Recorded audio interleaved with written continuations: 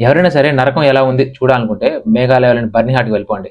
బర్నిహాట్ ప్రపంచంలోనే most polluted సిటీస్‌లో ఇదొకటి.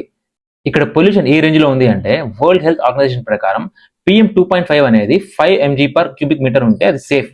బట్ ఇక్కడ ఎంత ఉంది అంటే దాదాపు 128.2 మైక్రోగ్రామ్స్ పర్ క్యూబిక్ మీటర్ ఉంది. అంటే దాదాపు 25 టైమ్స్ ఎక్కువ ఉంది. రీసెంట్ గా సార్థక్ గోస్వామి ఒక డాక్యుమెంటరీ చేశాడు బర్నిహాట్ లో ఎందుకు ఇంత పొల్యూషన్ ఉంది అని. ఆ వీడియోలో ఫైనల్ గా అర్థమైంది ఏంటంటే మేఘాలయలో ఎథనాల్ ప్లాంట్ వల్ల ఇంత పొల్యూషన్ ఉంది అని చెప్పేసి అతను చెప్పాడు. సో దీంతో సోషల్ మీడియాలో ఎథనాల్ ప్లాంట్ వల్లే ఇంత పొల్యూషన్ జరుగుతుందని చెప్పేసి బాగా వైరల్ అయిపోయింది. బట్ ఇక్కడ నాకు వచ్చిన డౌట్ ఏంటి అంటే ఓన్లీ ఎథనాల్ ప్లాంట్ వల్లే PM 2.5 అనేది 25 టైమ్స్ ఎక్కువ అయిద్దా? ఇథనాల్ ప్లాంట్ వల్ల నష్టం జరగదు అని నేను చెప్పట్లేదు. ఇథనాల్ ప్లాంట్ వల్ల కూడా పొల్యూషన్ జరుగుతుంది. బట్ ఓన్లీ ఇథనాల్ ప్లాంట్ వల్ల 25 టైమ్స్ జరగదు కదా. బర్నిహాట్ లో దాదాపు 80 ఇండస్ట్రీస్ ఉన్నాయి. సిమెంట్ ఇండస్ట్రీస్ అవ్వచ్చు, స్టీల్ ఇండస్ట్రీస్ అవ్వచ్చు, కోక్ ప్లాంట్స్ అవ్వచ్చు, ఇలా చెప్పుకుంటూ పోతే 80కి పైగా ఇండస్ట్రీస్ ఉన్నాయి.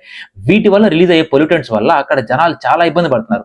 అక్కడ పండించే కూరగాయలను వండుకొని తినాలి అంటే ఆ కూరగాయలని దాదాపు 10-15 సార్లు కడిగితే గానీ దానిపైన ఉండే బూడిద పోవడం లేదు. డెవలప్మెంట్ కావాలి అంటే ఇండస్ట్రీస్ రావాలి. ఇండస్ట్రీస్ వస్తే జాబ్స్ వస్తాయి, కరెక్టే. బట్ ఆ డెవలప్మెంట్ ఎంత కాస్ట్ కి? ఇక్కడ ఒక పర్సనో, ఒక ఫ్యామిలీయో, ఒక వీధో ఎఫెక్ట్ కావట్లేదు. ఒక ఊరు ఎఫెక్ట్ అవుతుంది. డెవలప్మెంట్ కావాలి అంటే ఎలాంటి మోడల్ ఉంటే బెటర్ అని మీరు అనుకుంటున్నారు? Let me know your thoughts in the comment section. Bye by.